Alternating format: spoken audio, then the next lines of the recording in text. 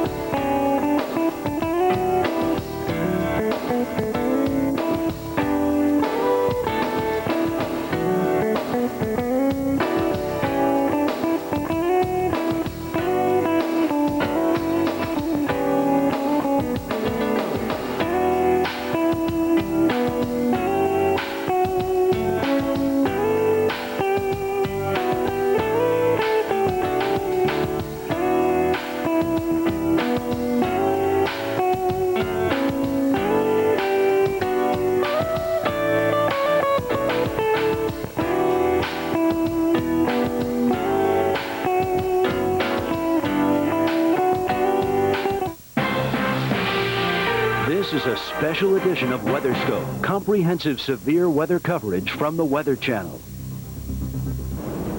Good morning. Mark Mancuso with you here from the Forecast Center, keeping an eye on Josephine. No longer a tropical storm. Let's give you the latest on where Josephine is and where it's headed. And as we take a look at the particulars for you, Josephine is along the coast of Georgia and South Carolina. There you go. And it's moving rapidly up to the east-northeast, 25 miles an hour. As we've been checking on the latest, it looks like the center of circulation now is very close to Charleston, South Carolina, and the storm is speeding its way up the coast of South Carolina towards North Carolina. On the coast, marine warnings show gale advisories all the way from Cape Canaveral northward up to the New England coast to Eastport, and along the coast, the potential for flooding is still with us. Flood warnings are out from Fenwick Island to Little River Inlet, and along the Florida coast from Yankeetown to Cape Sable. Standing by, we have two live reports for you. One from Florida and one from New York on Long Island. We'll start you first in North Florida with Bill Keneally, who weathered the storm last night. Good morning, Bill. Good morning, Mark. You mentioned the Yankeetown flood warning all the way down into the Cape Sable area.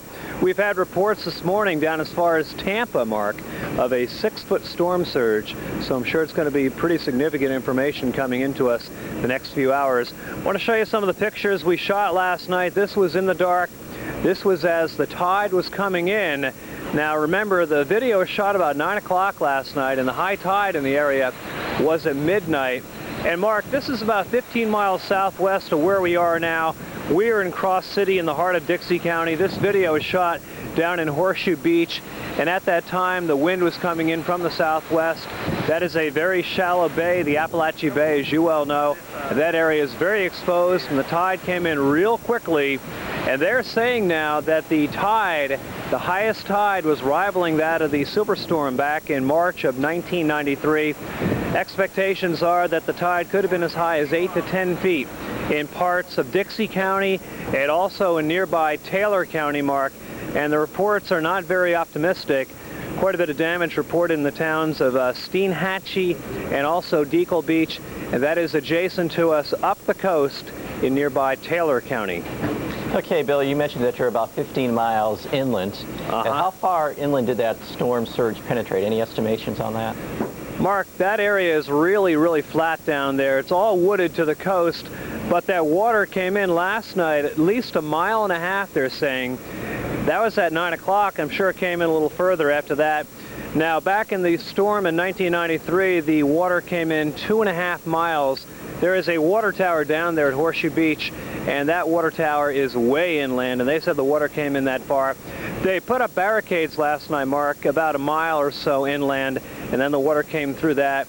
And by the way, we're going to try to head down there in the next couple of hours. We're going to have to get escorted down, and right now the power company was just granted permission to turn on the power in the area, so that's an optimistic side of things. And incidentally, there's another town about 20 miles south of here, Suwannee, right where the Suwannee River dumps out into the Gulf of Mexico, and they sustained a lot of flooding as well. Okay, so we're talking about a pretty bad situation right along the immediate coast from the storm surge. How about inland? And we had reports of some very heavy rains in North Florida, anywhere from 5 to 7 inches. How was that rain last night? Mark, we had a lot of reports of an awful lot of rainfall in Jacksonville, and we had a report earlier in the evening hours where I-75 and I-10 come together of a lot of flooding in the Lake City area. Here, we don't have a gauge, but our gauge is just what we can recollect, and we had easily 4 to 5 inches of rain. There were huge puddles out here. Didn't have a whole lot in the way of reported flooding of streets, but remember now, there's going to be a crest on the Suwannee River, and it's going to take several days to work its way down.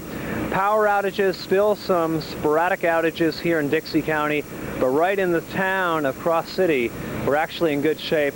Cable is still out, but the power is pretty much restored, and it's pretty amazing. We had quite a light show last night, about 11:30. We saw these power outages going on. We saw a lot of the transformers blowing all around us. Okay, so a pretty serious situation there in North Florida, and we do appreciate the report, Bill, and we'll talk to you a little bit later on. Thank you very much. Well, that's the situation in Florida, but up the coast, we're going to have some problems with high winds and very heavy rain. So we stationed Rich Johnson on Long Island, and Rich will give us a report on the situation there and what the people are expecting and what we do expect to occur in that area. So we'll get to Rich in just a moment. So first, let's show you where the storm is right now and where it's headed. And as we take you to the maps, we show you the storm now on the coast of South Carolina, very close to Charleston. And it's really hauling now as it's moving rapidly up towards the northeast there. And it should move right up the coast of South Carolina and into eastern North Carolina today. And I know a lot of people in eastern North Carolina are pretty nervous in the wake of Hurricane Fran. But up the coast, you can see the clouds are increasing on Long Island, so let's go right to Rich Johnson now. And Rich is standing by with this report. Good morning, Rich. Good morning, Mark. How you doing? Doing pretty good. What's the scene there on Long Island? Well, Mark, we arrived last evening into New York City, and it was a beautiful night. A lot of stars were out, but as we were arriving here toward the beach last night, the clouds started to increase. This morning we're looking at mostly overcast skies, maybe just a couple of breaks. We're just starting to see the sunrise. We're talking with a few people. Maybe the breeze a little bit stronger than the normal breeze that you see in the morning here on Long Island. We're near Atlantic Beach, maybe about 10 to 15 mile per hour winds, and looking at the surf, I'd estimate maybe about 3 feet right now. Well, yesterday morning, reports out of Florida was that a lot of people weren't too concerned about it. People were taking it rather ho-hum. And from our report from Bill Keneally, there was a significant surge right along the immediate coast, a lot of flooding, some power outages. What's the mood up there in New York? Are people aware of that storm headed their way? Are they taking any precautions? Mark, about the only thing I could say, a couple of people riding their bikes down on the boardwalk here, some joggers. They asked us, inquired about what we're doing, and they're saying getting ready for the storm. So I'm pretty sure they're aware that the storm is coming in. You know better than us, what time do you expect the rain to settle in here? Well, it should be raining there by this evening, and raining pretty hard too, and getting pretty windy. And Rich will talk to you a little bit later on about the changing weather coming up to Long Island and the situation there. Thanks a lot, Rich. Okay, so that's the scene from Florida and Long Island, but things will really change rapidly along the coast. Even where Rich is right now, things are pretty quiet. We are looking for some dramatic changes this afternoon and in particular tonight. So let's go back to our maps and give you what we can expect out of the storm. It's transforming now from a tropical system to one of those big East Coast storms like a nor'easter, so it's going to be a pretty wild time.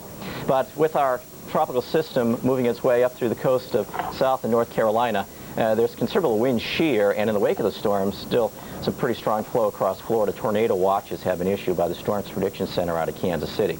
Here in southeast North Carolina, very heavy rains moving on in. The center of Josephine right now, pretty much in this area here. That will continue to speed its way off to the northeast today. So eastern North Carolina in for some very heavy rains, possible flooding. And in the wake of Josephine, in this zone here in Florida, still the potential for some tornadic type storms here. It's going to be quite windy on the peninsula of Florida. So we are looking for a rapid deterioration of the weather today along the east coast. In the interior sections, it won't be too bad, but right along the coast, conditions will really go downhill. And by tomorrow morning, we could be looking at some significant winds in southeastern New England. We're talking winds maybe as high as 50 to 70 miles an hour for parts of Rhode Island and Cape Cod. So that's why we are watching this storm so closely. All right, that's the latest on Josephine. Let's talk more about the forecast, and we'll get to all the details on that right after this break.